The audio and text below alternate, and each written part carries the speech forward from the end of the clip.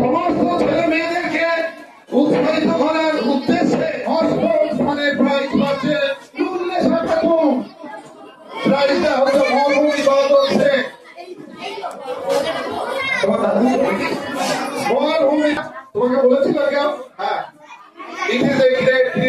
এটা চরম আনন্দের একটা মুহূর্ত এবং সবচেয়ে ভালো লাগবে দাদু, বাবা মায়ের পরে দাদুকে স্মরণ করছে তোমাদের বিদ্যালয়ের এই শিক্ষিকা নীলুফা ইয়াসমিন, তার রোজগারের তরফ থেকে এই পুরস্কার একবার সুন্দর